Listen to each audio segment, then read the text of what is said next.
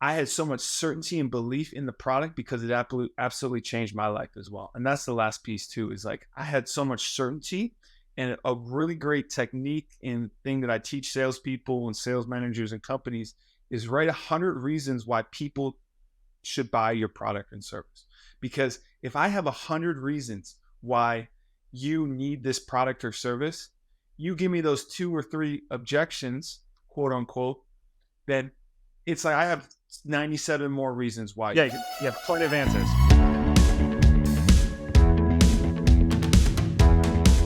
What's going on, everybody? Welcome back to Service Business Success with Class. You're in for a real treat today.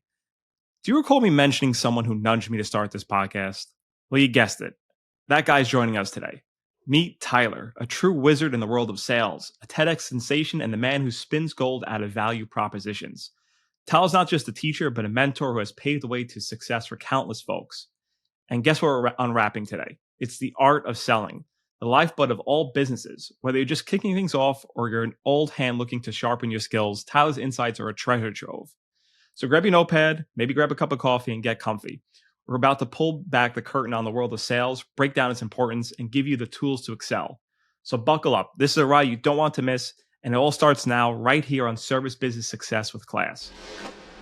All right, we're here with this fella got me into the idea of podcasts.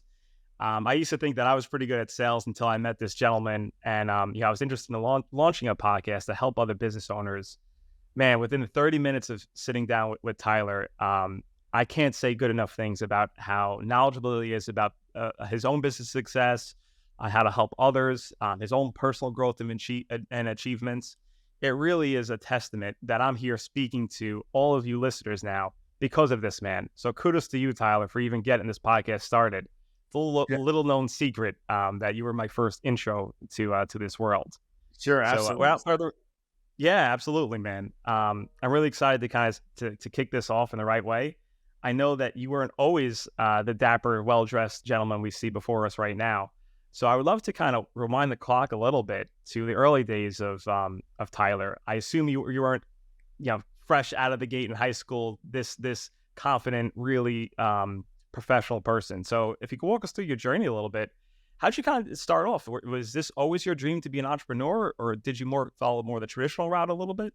Sure, absolutely. I appreciate you, Steven. It's super excited to be here. So pretty much, man, I actually grew up, we can throw some photos here when we edit this, but I used to be obese as a kid. So I always had a drive to want to be more. So statistically, I wasn't good looking, and I actually was born with a speech impediment. So, but I was always drawn towards speaking, and I had so I was overweight, had a speech impediment, but I would go to these speaking classes every single week. And so that's kind of how I started to gain a little bit more confidence, but I knew I always wanted more.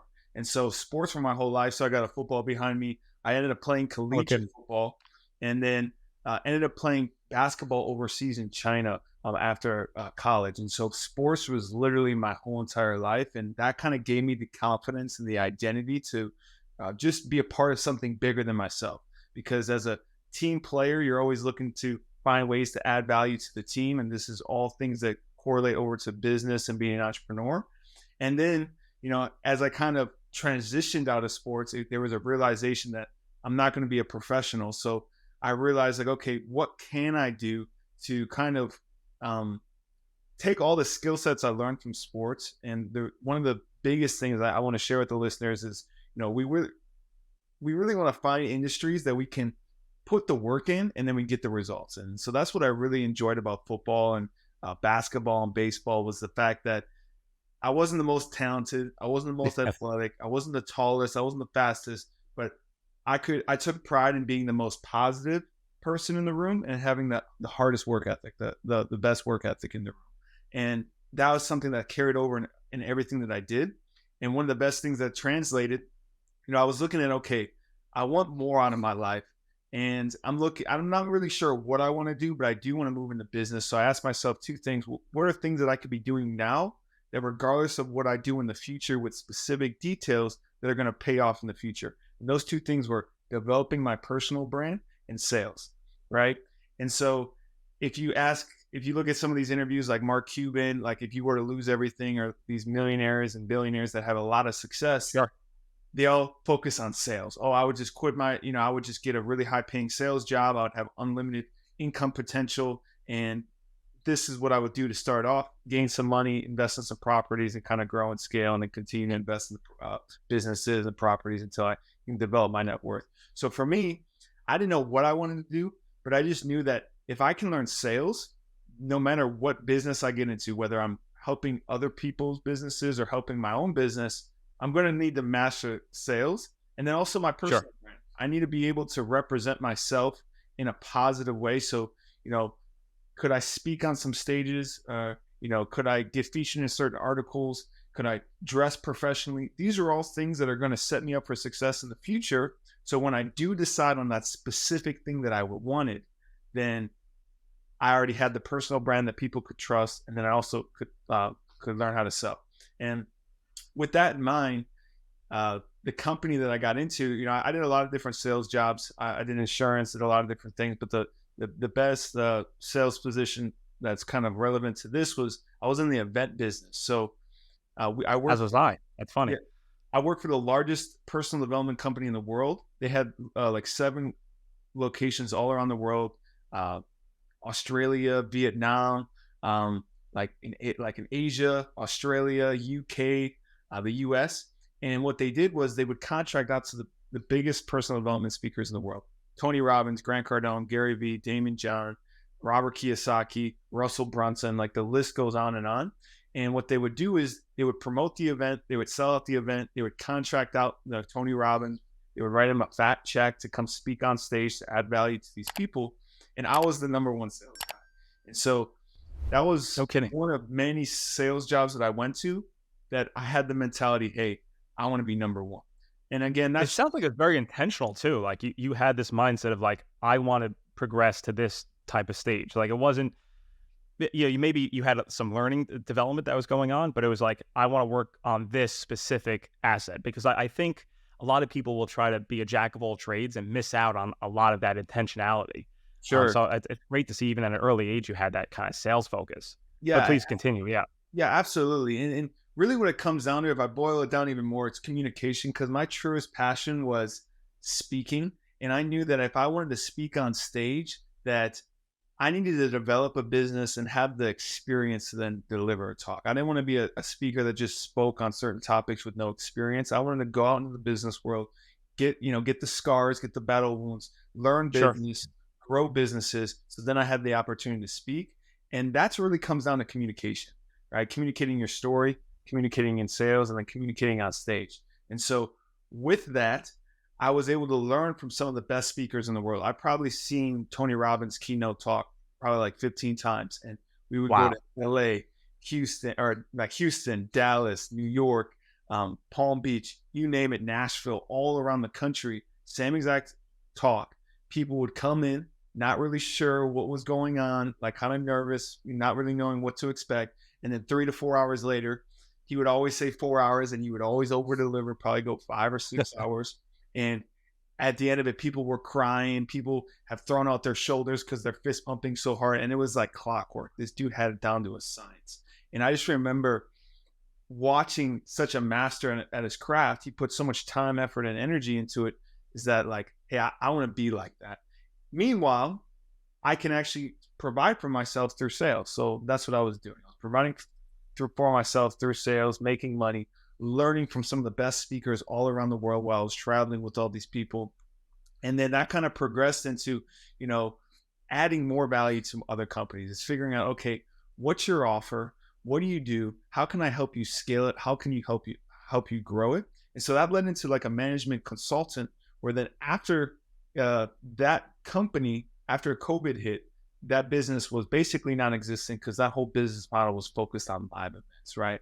But I had so much experience up to that point with sales, how to communicate value, that I would just work with organizations that, either were online coaches or companies doing, I would say, less than $1 million. I then learned how to just, what is their offer? How can I scale and grow it? Look at different ways to bring in revenue. Look at how can we scale the lead generation. And then now I'm at a point where I help companies that are doing 5, 10, 20 million to scale to Wow. 50 and 100 million. And I always love working with personal brands, but I realize that there's a little bit more money with the corporate brands that, same principles apply, right? We need to find a great offer. But usually these bigger companies, there's fine tuning that needs to be done. They don't need to find product market fit. So it's a lot easier to scale. But I still have a heart for helping people develop their personal brands, guys that are still, less than $5 million. And one of the best ways I help people at that level is help them deliver a TEDx talk. And so that kind of gives you a little snapshot of kind of my journey of sports, got into the sales world, personal development, then led to helping other companies. And now I'm helping companies and people grow their brands through TEDx talks. And there's consulting them on the side, behind the scenes. I got a big smile on my face right now because that's one hell of an encapsulated journey. Right. So I would love to, when you were selling these high ticket events, I'm sure that these were again high ticket. So that it wasn't $500. You were selling multitudes of thousands. Sure. As a young man, as a young salesperson, and I know obviously Tony Robbins and some of these other keynotes have like the name brand recognition, Sure. but how would you convince someone, and not even really convince them, how would you assure them that this is the right path for them? Like, hey, don't think of it as spending $5, $10, $15,000, but think of it as investing into yourself. Right. And segue a little bit into how a business owner who's trying to sell their services, like what's some kind of key components and tools that they can use to really add value and create that unique value proposition for their clients? Sure. Yeah. I mean, that's a great question. So, I mean, some of the things we need to look at is like the brand. So if I have a brand, do people know who I am? Right? Because if I'm a Tony Robbins, I love selling for Tony Robbins because people knew, liked, and trust Tony Robbins already. So then those things would sell like hotcakes. Now, maybe if you're a local business leader or a local service provider, and maybe you don't have that brand and trust, okay, what are some ways I can develop trust? And the things that we can do is that's more of a marketing thing. How can I get in front of more people more commonly? And then so people can trust me more often. So then when either myself or someone else hops on like a sales conversation with that individual, they already know, like, and trust me, because that's a huge part of sales is that if you don't have a brand that people can trust, it's going to be very hard to charge premium prices for it, right? Because some of these things would cost, we would sell things for $1,000, $3,000, $5,000, upwards up to $50,000 for these masterminds. And wow, if they didn't have a big name attached to it, then it's then looking at, okay, what's the ultimate goal and vision of this person? What are they really trying to achieve? One of the things I always tell people is you never want to sell the airplane. We want to sell the destination, right? Because no one cares about your coaching program or your service or and I know we were talking about this too before, but they care about the result that you can provide them, right? So it's really having that conversation of like, okay, what are you trying to do?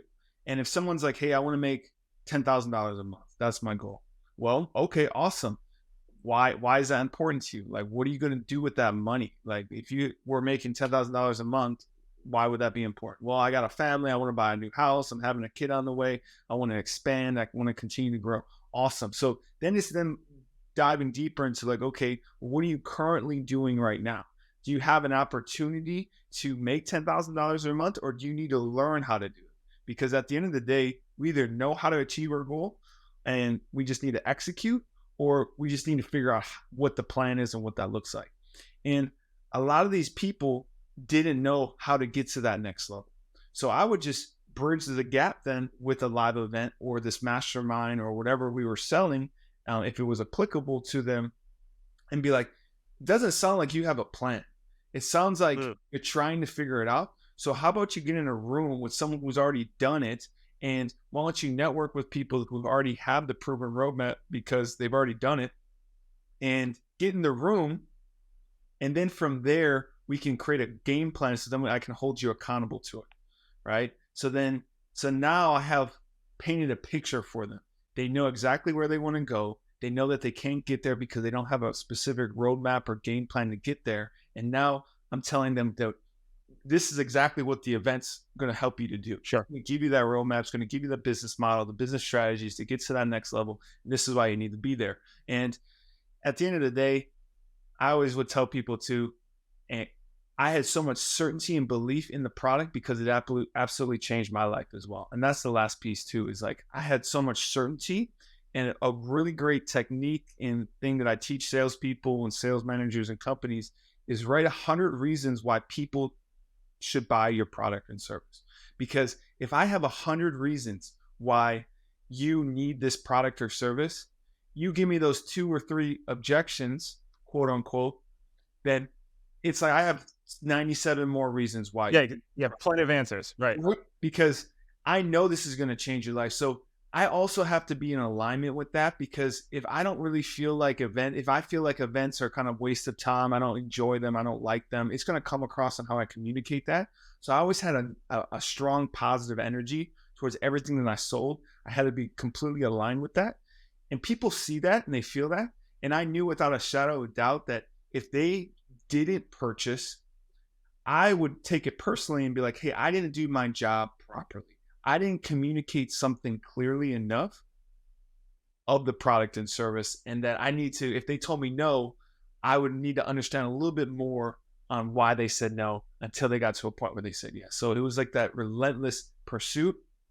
And I think that's so key to have that belief in what you're actually delivering, because I know there's a lot of snake oil salesmen out there. They'll try to sell you a car warranty. They know it's not going to add value to you, but they're just trying to hit some type of quota. So I sure, want people to really hone in on that advice, that if you believe that your service is going to help someone, you're doing them a disservice by not really knowing how to properly communicate that to them, for sure. 100%. And then also too, getting clear on the different products and services that you offer. Like we had tickets that were like $19. So at that point, if you're in the area and you wanted to level up, it's like, let's get you a $19 ticket at least, right? Now, if it's higher ticket stuff, Easy enough. one of the best, one of the best things that you can do is actually push them away, right? And this was something that I prided myself in, and a lot of, I've gotten, backlash from this from some sales managers and some people that I would work for. They would want me to sell anyone and everyone. Where I'd be like, you know what? If it's higher ticket, then I'd be like, dude, I think this is a good fit for you, maybe like 6 or 12 months down the road. So it's also having that integrity to then actually say, like, you know what? This actually may not be a good fit for you, man. Like, I really like you. I enjoy our conversation. And as much as one of the things I would say is, as much as I would like to, get you in on this product, is just like, I just don't think it's a good fit at this time. And people just would appreciate that so much that they would then be like, you know what, Tyler? I really appreciate that. We have that trust, that know, like, and trust factor. It goes through the roof now. Now I'm getting referrals. I'm getting new business. Be like, hey, I know I'm not a good fit, but you should talk to my friend George. I really think you guys would need to connect, and that would just lead to more business through referrals and stuff like that.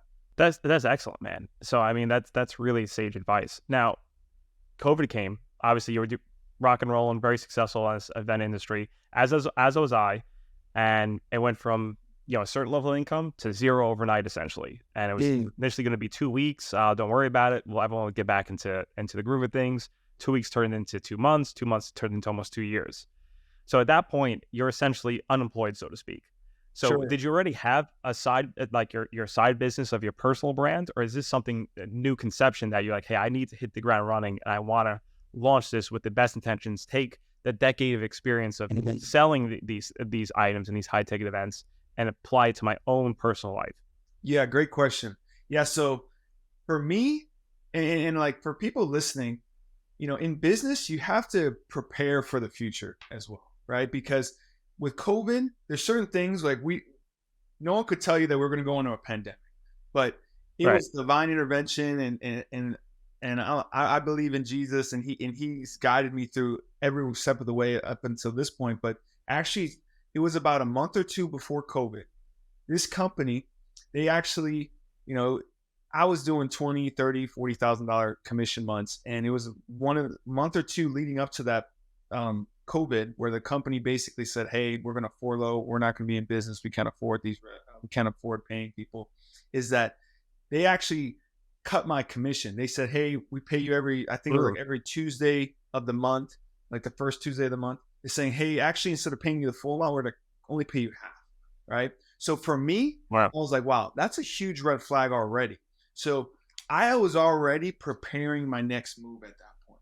So it was literally a month or two before COVID, even though it was actually irrelevant to COVID. It was actually perfect timing and stuff like that. So it was a mixture of luck. I got lucky because that happened and I was already preparing my next move because I knew that this wasn't going to be a long-term sustainable option for me for the next 3 to 5 years. But also too, like I was the hardest, like, and I mentioned this before, I was the hardest working person in that room. I would show up at, I would come in at 7 o'clock. Our hours were from 7 to 3 o'clock.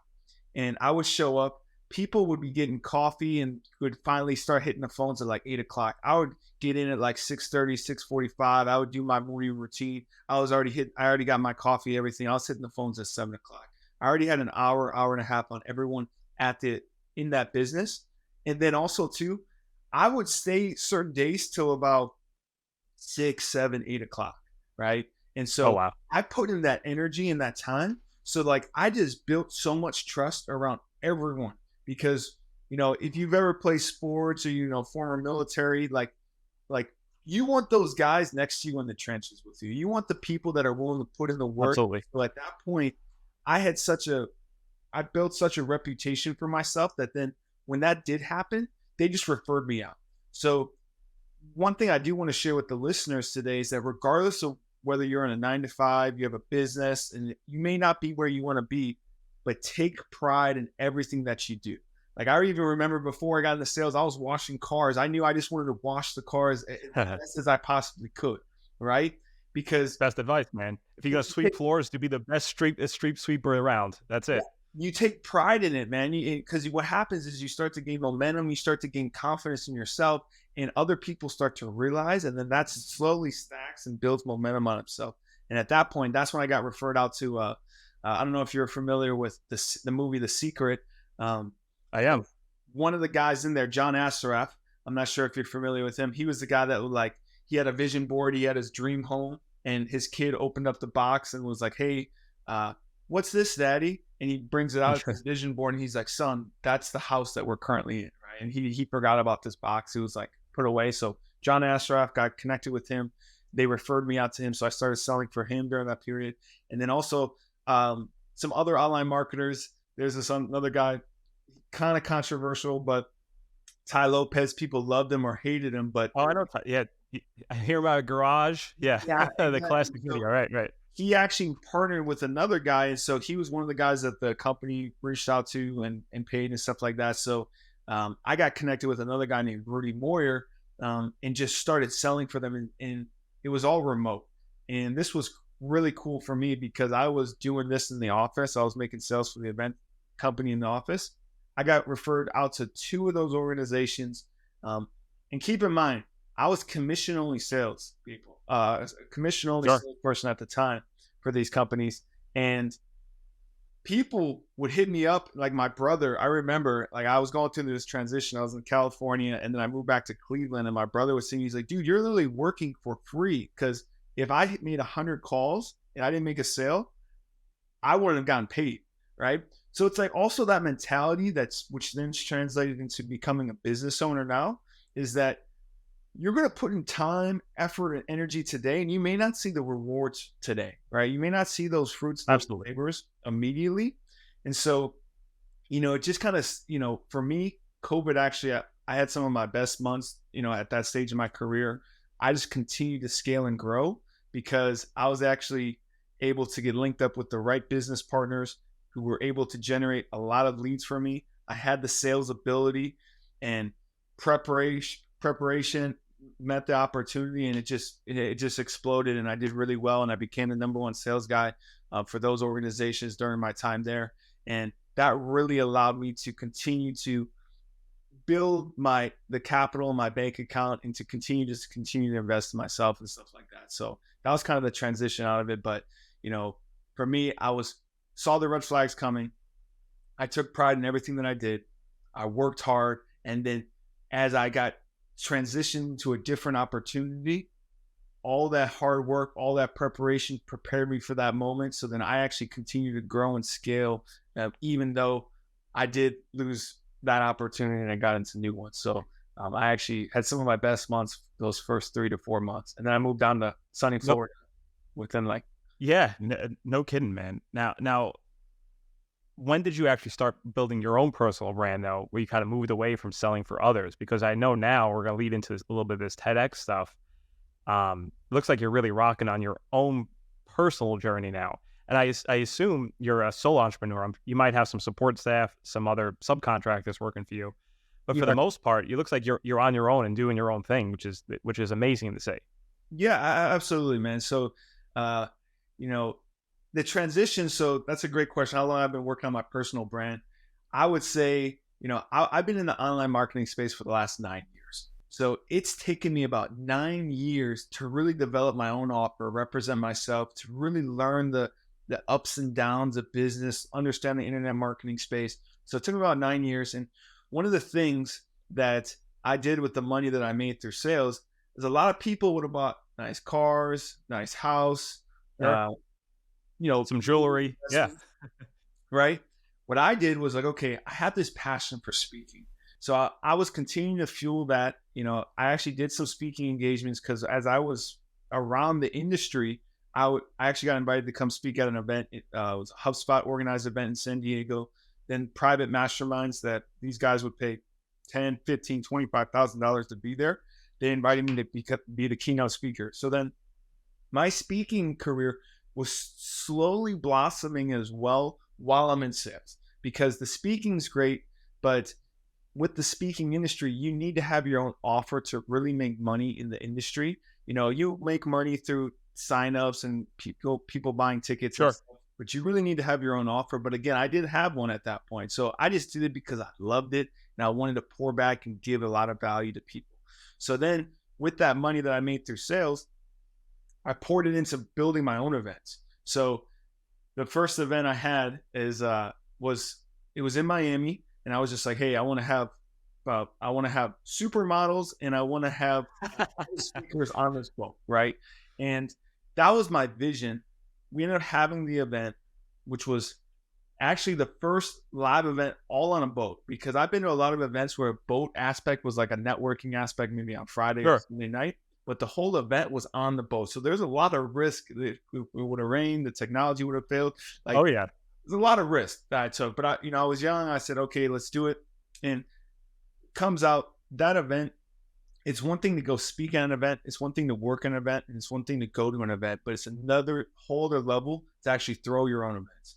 And because you have to market, you have to basically have to invest all money out of pocket, lock in all the venues, get your speakers, market the event, put all this cash flow out front for a hope that you can get this return on the back end, right? Cross your fingers, so to speak. Yeah. Exactly. And it's one of those things where it's like, no, it's like, hey, and then you have to pick a date, you have to start marketing, you got to hope that people are going to show up as well, right? So Can I ask, out of curiosity, what does an event like that cost to throw in Miami? Because Miami is not known for being the yeah, cheapest so city in the world. your two biggest costs are going to be your speakers and you're also going to be your venue.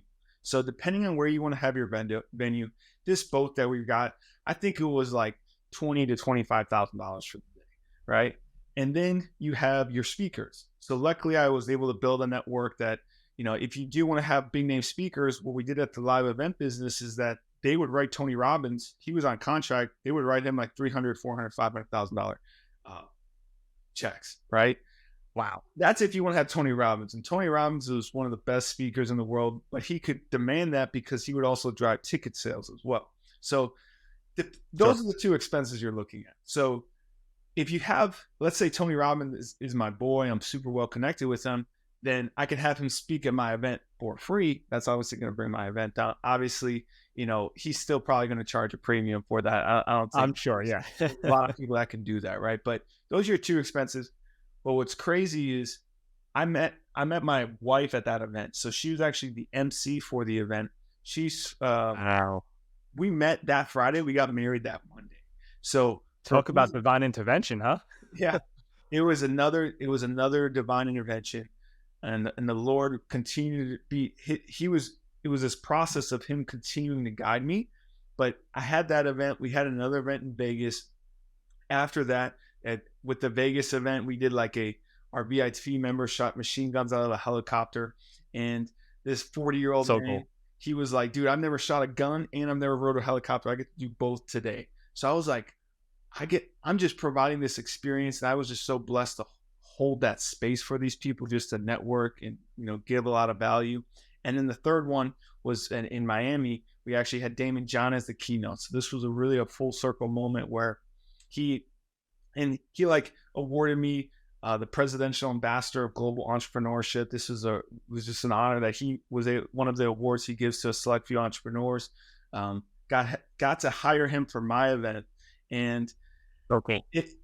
I worked with him, I've sold for him, and I've known him over the years with the live event business, and it just kind of continued to evolve and develop and grow. And then we just did a private jet mastermind to the Bahamas, from Miami to the Bahamas. And so this was all, again, something that I was just passionate about. And I obviously was the keynote at all these events too, because, I created the stage, I marketed it.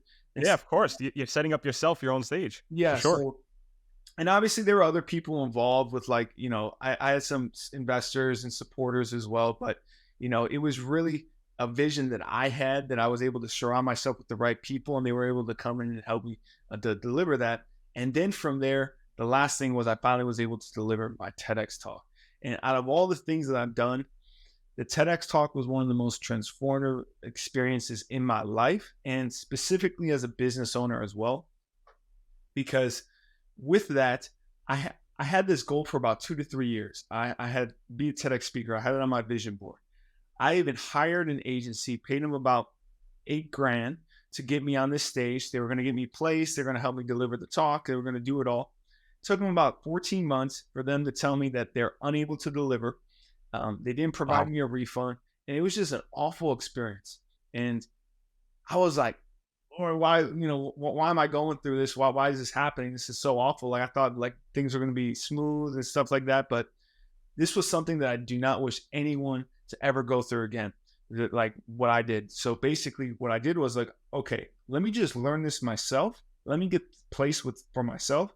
Literally, I had the brand, I had, prepared, and just luck and things like that all lined up, that I was able to get booked within a 30-day period when I just started focusing on it. So then I'm like, wow, this is the reason why that whole experience happened to me, because the event that I was supposed to get on, the guy was at the end was supposed to book me on like a virtual event, which isn't the same. Not the same. Yeah. This event that I spoke at had around 200 to 300 people at the event. It was at my hometown, at my alma mater. They covered my travel expenses. It was an amazing experience. Amazing people. And I'm gonna stop you there. If you haven't checked it out, the event, if I remember correctly, the title is "End with Why," right? Yeah. So it's a very, very. Everyone's always like, "Oh, start with why," a little Simon Sinek kind of thing. But you reverse engineered that. So I would highly recommend someone just type that into YouTube. Tyler Cerny, ending with why, and then the TED Talk will instantly appear. I'll put it in the podcast description too at the end here. But for sure. And so that was such a transformative experience for me. So that's now what I help people to do, and specifically people that are service providers and online entrepreneurs. Because the thing that I tell people with the TEDx stage and why it's so powerful is that within the first month, I got over 100,000 views on that video. And a lot of people don't know this, but I just gave a keynote 2 weeks ago, and I asked the audience, who's mostly business owners, they invested about $25,000, a minimum $25,000, $50,000, $100,000 to be in the room at this mastermind. And I asked them, as a business owner, what's the easiest way to get 1 million views onto your personal brand and onto your business and your service? And people said, create a viral video, run paid ads, run some organic content for 3, 5, 10 years, however long that's going to take you to create organic content. And sure. Then the last thing is leverage, right? And this is a huge concept that I want listeners to really tap into as well, is what if I just tapped into another platform that if I were to step on, then I could get that exposure. So whether that's getting featured on other podcasts like we're doing now, or that's getting featured on the TEDx stage. And so TEDx, you have the in-person event, you're going to get network. It's great networking with other speakers, other people at the event. It's a really great experience. But what happens is you also get featured onto the TEDx YouTube channel. They have over 38 million subscribers there. They have they upload about 38 videos a day, and these are influencers, speakers, thought leaders all around the world uploading content. So now TEDx is even creating the content because they have amazing people all around the world creating it for them. And then what's really cool, and people can Google this, but their annual revenue last year was around $66 million, and they're a nonprofit. So they don't have to pay money on taxes as a nonprofit. And Wow. also, too, if you literally type in, how does TEDx make money, or how does TED, the brand, make money? It'll literally say, like, hey, we make money through live events, registrants, sponsorship, all this stuff. And then it says, we spend it as soon as we get it. It literally is a line that says that. They invest right back into the platform. And one of the concepts I spoke about that people, if they can leverage this in their business, this is something that I know you mentioned, people looking to get to that next 7-figure mark, or even to that 8-figure or 9-figure mark, whatever that looks like for them, is this concept called the flywheel concept. And so if people can think about 3 little arrows, a circle with 3 little arrows, it's a continuous circle. You have the brand, you have the influencers, and then you have the users. So think of TEDx. They have the brand. How do they grow their brand? They need more influencers and speakers. And then the more influencers and speakers that they bring onto the table that deliver great content, is going to attract more users. And the more users that come onto the platform, they're going to like, subscribe, share, grow TEDx, which means TEDx is going to be able to make more money. And so now it's this closed loop cycle with the brand, the influencers, and the users, where then that the bigger TEDx grows, the bigger that their platform is going to grow, which then is going to attract more speakers, which then is going to attract more users. And it's this closed loop flywheel cycle upwards. So I tell people all the time, when I have grandkids and when I die, my talk is still going to be on the YouTube channel, right? It's like, For sure. going in, right? It's one of those foundational pieces that I wake up every day and be like, okay, I got more lists, I got more views, I got more people engaging with the video organically. And the reason being is because it's part of a flywheel. Same thing if you look at Amazon. You have the brand, you have the sellers on Amazon, and then you have the buyers, right? The bigger the Amazon grows, the more sellers want to be on it because they can make more money. The more options there are for the customer, it's going to have a better customer experience, which then is going to feed back into Amazon, the brand. And it's this closed loop cycle as well. Same thing with Uber. Uber, the more drivers they have, the more better the customer experience is, the more money that Uber can make. Same thing with Airbnb. All these major corporations and conglomerates, very successful companies, they have these flywheels in their business. So as a service provider or a business owner, I always tell people, how can you incorporate this within your business? Because then at that point, you can step away and this flywheel is going to continue to work with you while you're not working. And that's Yeah, and you just mentioned you had 100,000 views. I mean, you think about the size of that audience if they were in person, how magnetic that is, and how that's everlasting, and how, like, in order for you to speak in person to 100,000 people, it's almost unachievable. You have to be in like a giant arena for that to really happen. right. Yeah. So the outreach there is incredible for one video. So I kind of want to I want to expand a little bit, because we touched upon it earlier on that your unique value proposition, right? And how important that is. Whether you want to land a TED Talk, whether you want to be a paid speaker, whether you want to take your plumbing business even to the next level. Sure.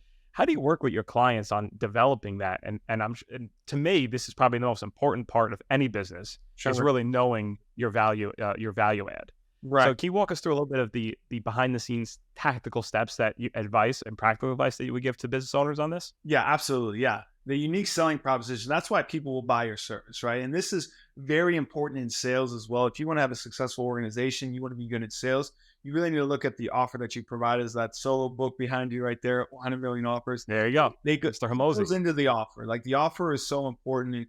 And I mean, Alex Hormozi is one of the best at this. And I actually worked with a company that provided a service to gym owners before Alex Hormozi. And I actually consulted with that company. And then Hormozi saw the success on that, expanded on it, and took it to that next level. But one of the things you need to look at is who's, like, if I go to an organization, if I'm looking to become the number one sales guy, or if I'm looking to become the number one in a space in the industry, I always want to look at, okay, who's the number one person or company in the space, right? Because clearly they're doing something right. So I want to look at their offer. What makes them unique? What makes them different? And look at the different components in your industry. So I know you mentioned like plumbing, right? So one of the things you could look at is like, customer response time and service. Now, how quickly, if you have an issue, how quickly can that person get to their home, right? You also can look at the quality of the work, right? Just you can kind of dissect every industry by different attributes of the service and the product that you deliver, and really look at, okay, who's the top person in this space and what are they really, really good at? And most companies, they'll say it in like their slogan or their taglines, right?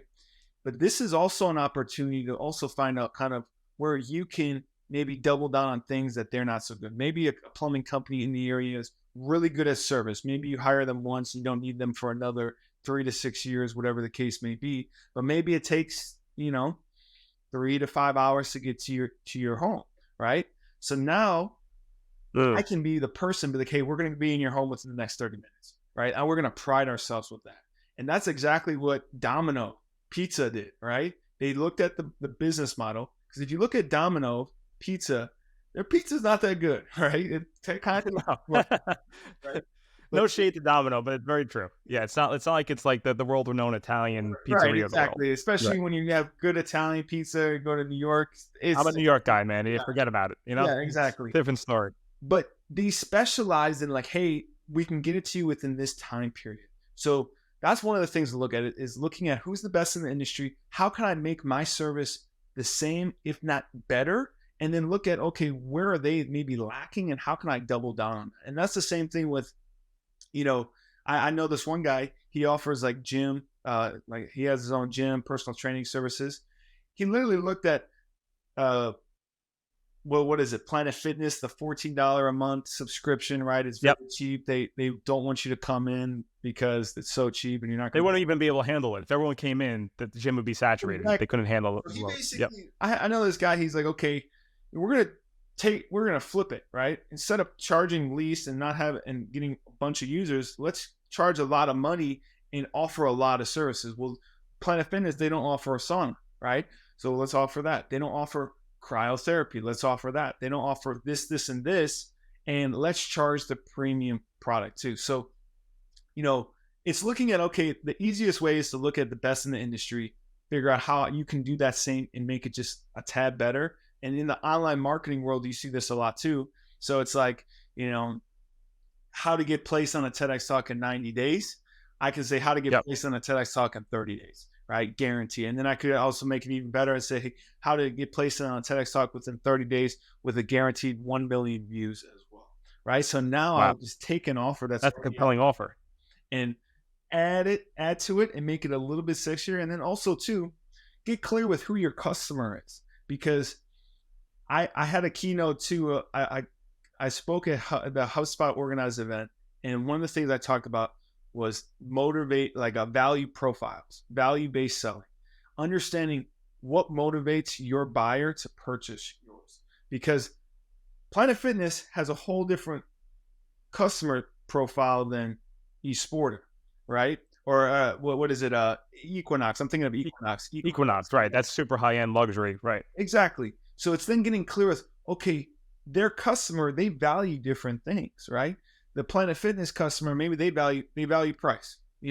Depending on who's in the market, they're going to go with the cheapest option, right? If that's their number one motivator, then you obviously have to be the cheapest in the game. Now that's tough to play in, right? That's why I love the branding and the higher ticket stuff. It's like, that's a race to the bottom, essentially. Exactly. And it's, they're not loyal. It's not loyal customers, right? Because they're just providing things that anyone can buy. Or like, let's say someone else, Susie comes around the corner with $10 membership and they're going to cut you out. They don't care. Where if you have a higher end product, then it's valuing, okay, if, a really great question that someone could ask is, if I were to be the most expensive in the marketplace, what would I need to provide to get a consistent stream of customers, right? So it's like, if I were to charge the highest in the industry, what would I need to provide to that customer to be that person in the space? And then now you're starting to think of, okay, what are other attributes in the service or product that I'm selling that's outside of price? What do people truly consider value? And one of the best things that people can do if they already have a business is, have that conversation with your customers. Hey, why did you choose to work with us? Why did you choose to go with us when there's hundreds of different options out there? Why did you choose to work with us? We want to provide just a better customer experience for you. We're always looking to improve. And people appreciate that because, again, people a lot of businesses and a lot of people are just transactional. But if you're always looking to figure out ways to grow the relationship and make it even better, the customer will tell you straight up, like, hey, these are the things I value. These are the main wants and desires for this customer profile. You have AI software now that you can type in Chat GPT, figure out what are the main pains and problems, wants and desires in the world, to then get clear on, okay, how can I provide a solution and provide something with my service and product, and really hone in on that, right? I could even, as a plumber, I could be like, we're dog friendly, right? We don't use, or whatever the case may be. Sure. If you're a pest control company, Yeah, we use exactly. natural pathogens, whatever it happens to be, just to kind of ease that transition. If someone, the pain point is like, I don't want any bugs, but I'm worried that my dog Fifi is going to lick up the grass and get poisoned. Like, let's Exactly. address that now. Right. Yeah, and then if you look at cars too, some cars or car companies just focus on safety and reliability. Some cars focus on how safe or how quick they can go, how fast Yeah. they are, and stuff like that. So it's like figuring out where can you be the world class in. Figure out what that thing looks like, and it's a process, right? So there, you got to do some market research, and you look at your product, and you also got to be real with, okay, that's the offer. And now I don't know how much you've been keeping up with this as well, but there's a lot of marketers out there. They figured out what that offer is. They're like, okay, I see what best in the market is. Let's offer it. I know it's going to do well because I just took that one really well offer and just cut it in half. Copy pasted. Yeah. But now you got to be able to deliver as well. And so that's the last piece of it, is if you can deliver a high quality product just in today's society, you can skyrocket in business, because there's a lot of people that are just transactional and just don't offer a quality service. That if you can come in, deliver a quality service, and actually care about your customer, that goes such a long way that people are going to recognize. And that's how you can then factor in, let's say, some referral strategies. We can start adding more value, Absolutely. adding more products and services to our current customer base, and start looking at other, channels that we can generate revenue for the company. That's fantastic, man. Now I want to segue as we're getting near to the end here. With your current value offer, right? You're offering a lot of like how to land a TED Talk in 30 days. Right. Walk us through a little bit of steps. Like, what value would you bring to someone who's interested in potentially landing a TED Talk? How would that change their life and Sure. change their business and change their practice? Whatever message that they're trying to send out there to the universe. Sure, absolutely. There's a lot of companies out there that they charge a lot of money just to get you featured. I always tell people that anyone can get placed. Like, if you have the right brand, you have the right relationships. Like, let's say you're a really good friend, maybe has given a TEDx talk, or they already are a TEDx event organizer, and you hit them up like, hey, you need another speaker. If you have those relationships already built, you can actually get booked today, right? And a lot of companies, they'll position it as like this huge thing that's very hard to do. And I tell people, whether someone works with me or not, I teach people how to get booked. And through that, it's through relationships and personalized message. It's like, hey, like, if I'm an event organizer, I'm representing myself and I'm representing the TED brand.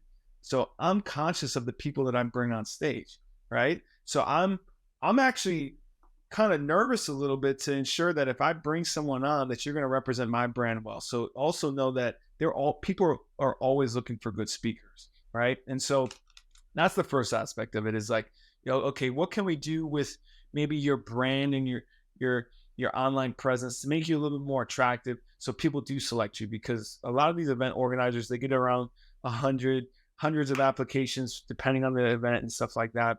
And so how can we stand out? Having a relationship is definitely going to help you stand out. Another thing too is getting clear on your topic.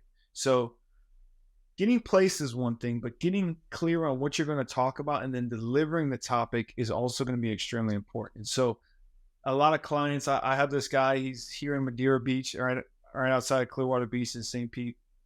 He's a church planner.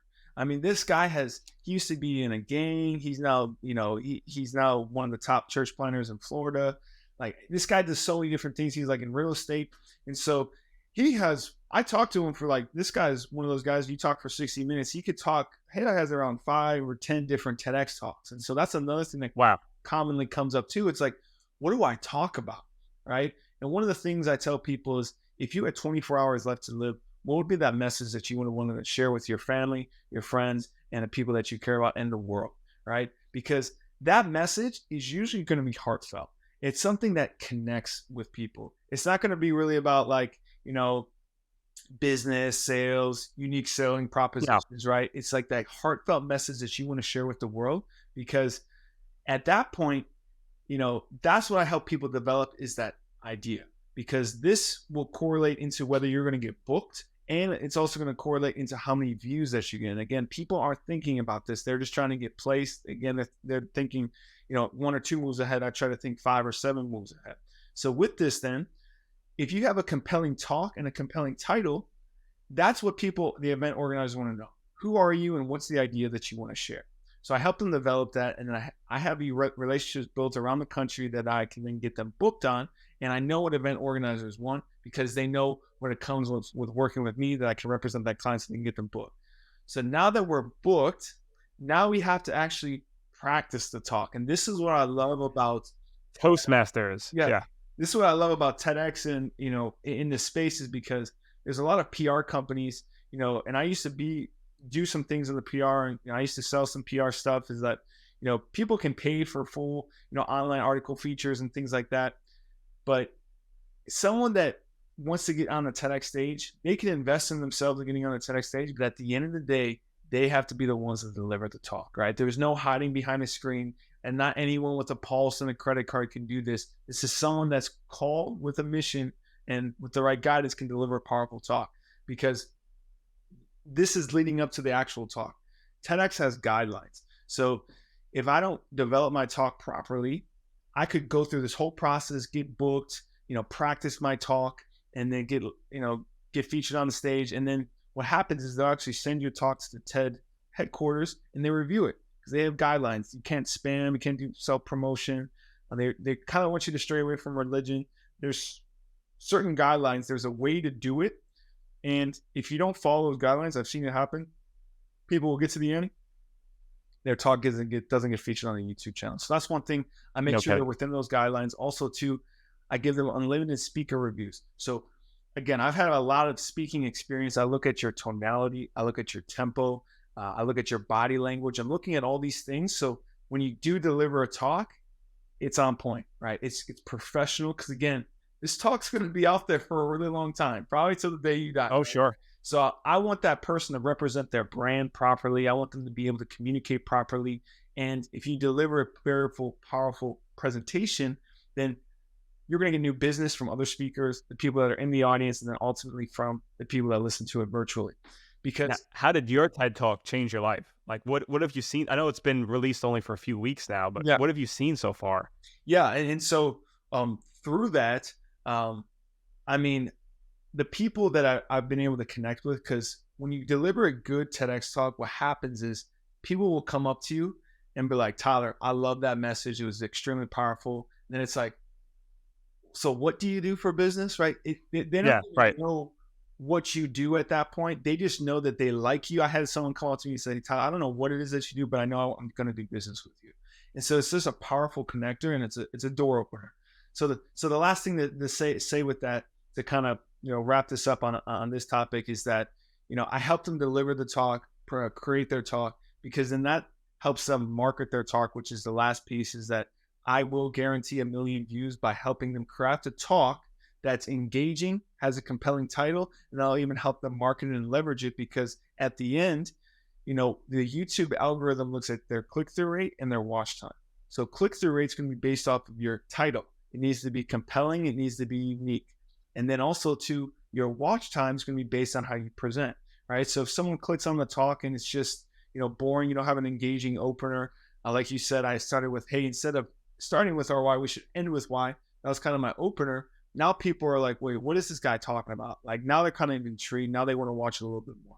So if you don't have that opening down, you're not engaging, people will click on your talk and they'll bounce off, and that will affect your views organically, because that's how videos go viral. They'll look at your click-through rate, they'll look at your watch time, and if you're above a certain threshold, it will continue to serve the video to other people organically on the platform until it reaches below that threshold, right? So if they show it to 10 people and it's already below that threshold, they're like, this is actually pushing people off the platform. We do not want to promote this, right? Versus if it's a video that's engaging and is keeping people on, people are spending time watching the full length video, 50, 40% of it, usually a 30% click-through rate, 30% watch time is good.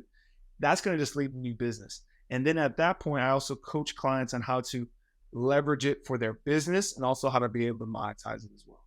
Because there's different ways I can market it organically. One of the best ways being I can send it out to all my first degree connections on LinkedIn, just for an example. And then being able to monetize, I taught people how to find their life's purpose.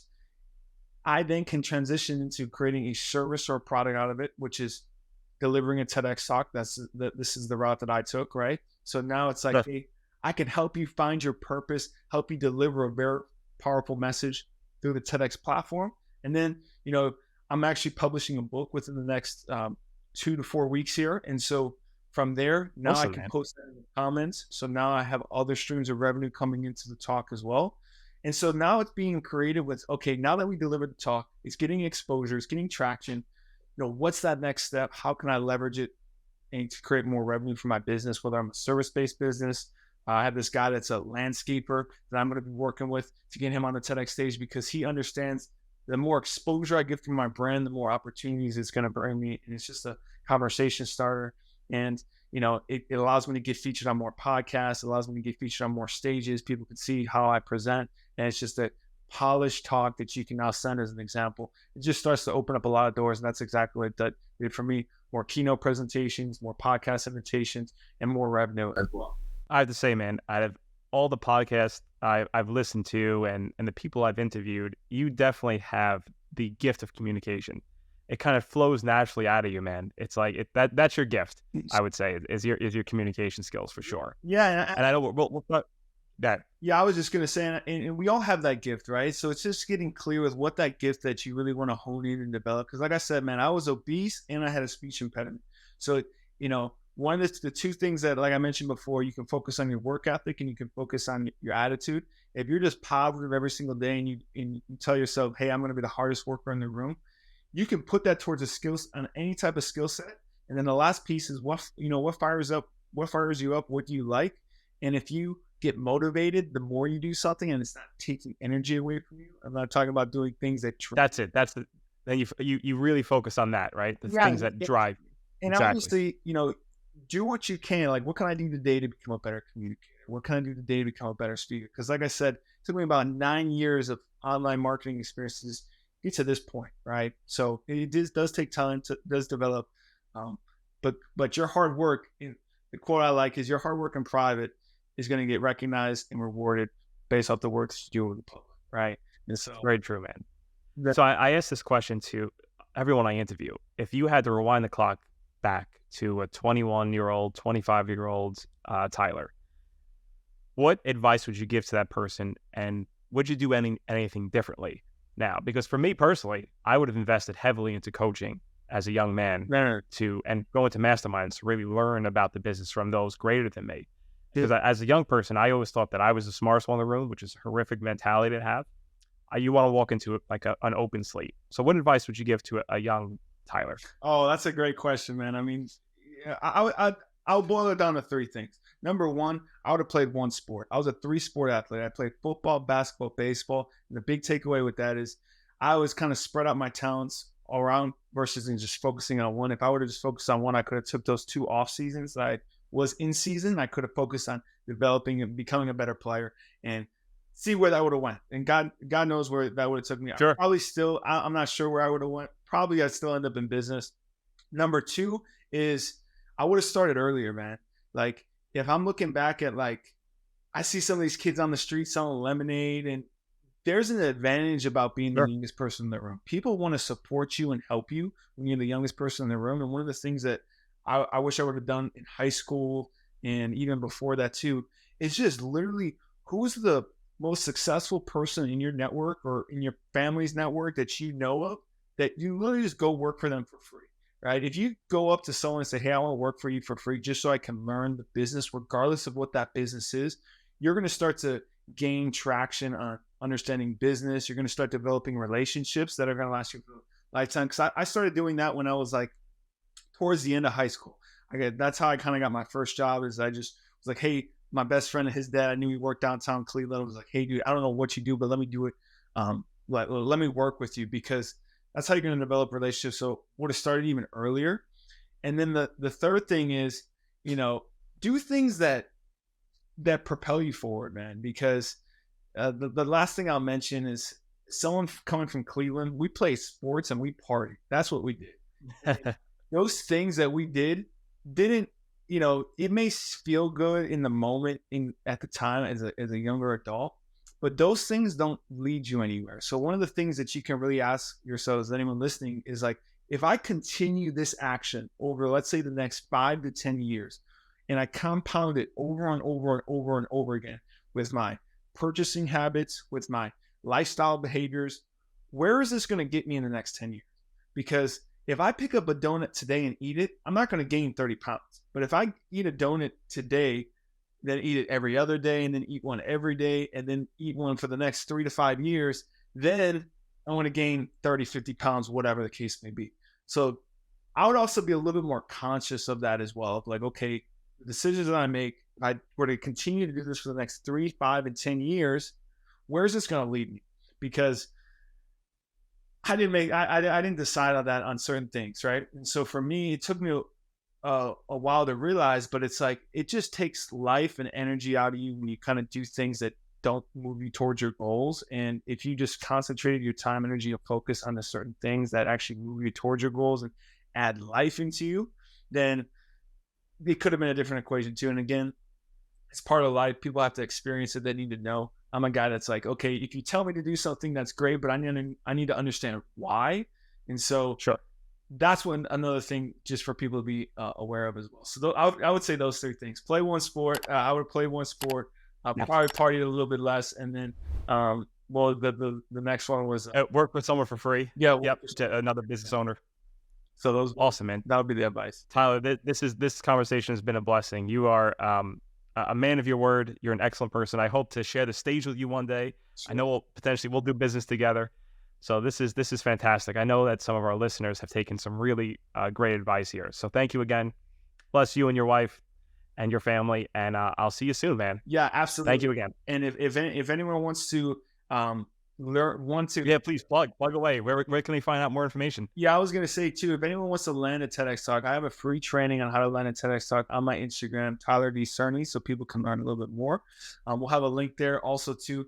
If people can like and subscribe to the TEDx talk, that just helps the algorithm so it can reach more people. It's really focusing on helping people find their life's purpose. And the whole idea of that talk was to help people find their purpose, because if there are more people that know their purpose, people are going to be impacted. We're going to live in a better world. And obviously, if you guys know that you want to deliver a TEDx talk and you just know that you yourself can't do it alone, you need some help and support, just send me a message as well on Instagram directly, and I'll make sure me or someone on my team can help you out with that. So awesome, man. Thank you again. I really appreciate it. We'll see you soon. Talk to you soon, bro. Take care.